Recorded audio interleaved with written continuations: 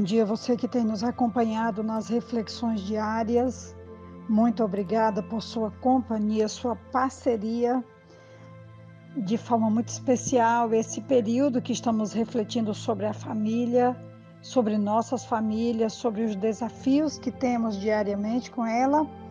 Hoje, podendo tratar um assunto da mais alta relevância que está em cada um de nós, no nosso dia a dia, dentro das nossas casas, famílias, que é a ira, a raiva, a competição e tudo aquilo que tem dificultado o dia a dia da nossa família.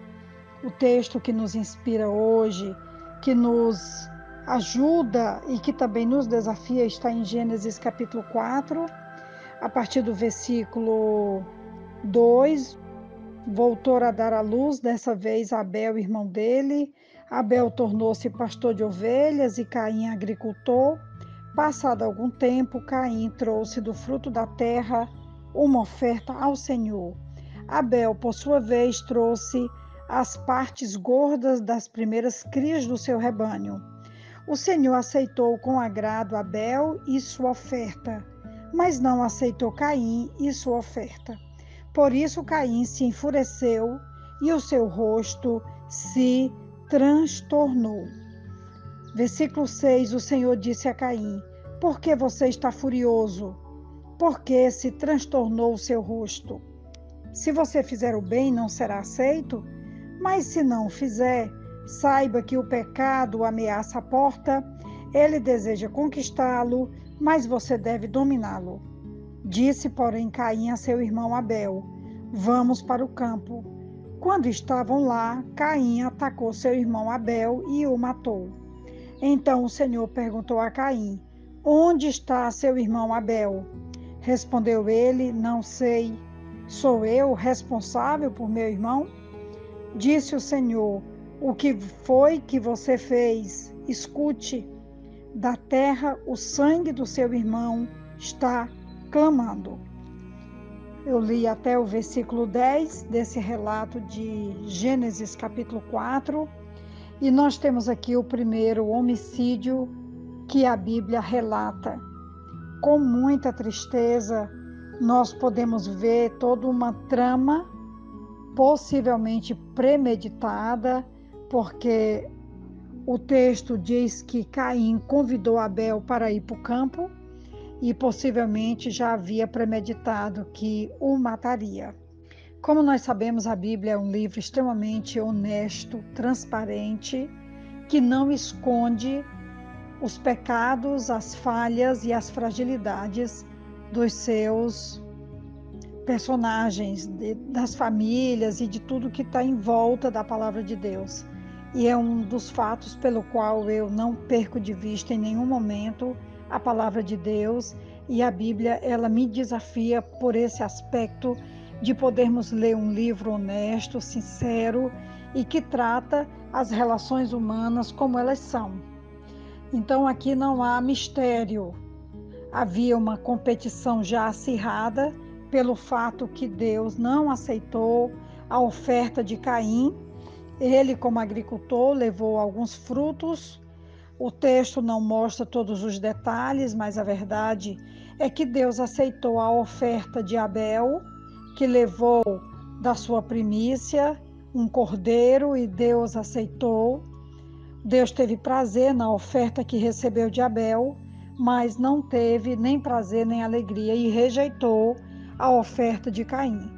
Por isso, o texto diz que o rosto de Caim se transtornou, e a partir daí começou uma situação terrível que terminou nesse trágico desfecho que foi a morte de Abel. O primeiro homicídio, como eu já citei, do relato bíblico.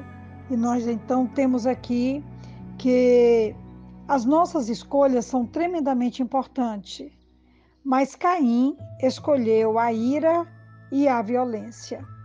Nós sabemos que a ira e a violência é algo que faz parte da nossa natureza depois que Adão e Eva pecaram, foram expulsos do paraíso, E por conta dessa queda, a violência então passou a fazer parte da nossa vida e do nosso dia a dia, das nossas relações, dos nossos relacionamentos, eu quero falar. E esse primeiro relato dessa situação de muita violência, de muita ira, que veio sobre a vida de Caim e que tem um desfecho na vida do irmão Abel, nós temos aqui que por conta que Caim não ouviu a Deus, ele se afastou de Deus, ele se fechou para ouvir o que Deus estava falando com ele, quando Deus pergunta para ele por que que o rosto dele se transtornou, por que que ele se enfureceu, por que que o seu rosto ficou transtornado. E Deus então vai fazendo algumas perguntas: por que que ele está tão furioso, por que que ele está daquele jeito. E o texto diz que ele não responde para Deus, e a forma como ele traz uma resposta é o desfecho trágico da morte do seu irmão. A Bíblia nos recomenda nos esvaziar de nós mesmos. Lá em Filipenses capítulo 2, ele vai falar sobre a importância de que nós devemos nos esvaziar, como Jesus se esvaziou, foi capaz de se esvaziar tomando a forma de servo, e que nós também devemos tomar essa atitude de nos esvaziar para que a nossa humanidade seja mantida debaixo de esvaziamento, de capacidade de se humilhar e de obedecer a Deus, andando em novidade de vida. E eu também estava aqui me organizando aqui na preparação, lembrando que o que a Bíblia nos fala sobre a ira, sobre o ódio, sobre a raiva, sobre o rancor, sobre a mágoa, sobre os ressentimentos que tão facilmente vão grudando em nosso coração. E a Bíblia nos diz então, recomenda nas bem-aventuranças de Mateus capítulo 5, versículo 8, bem-aventurado os pacificadores, porque serão chamados filhos de Deus. E nós sabemos que os pacificadores têm paz com Deus e a semeiam.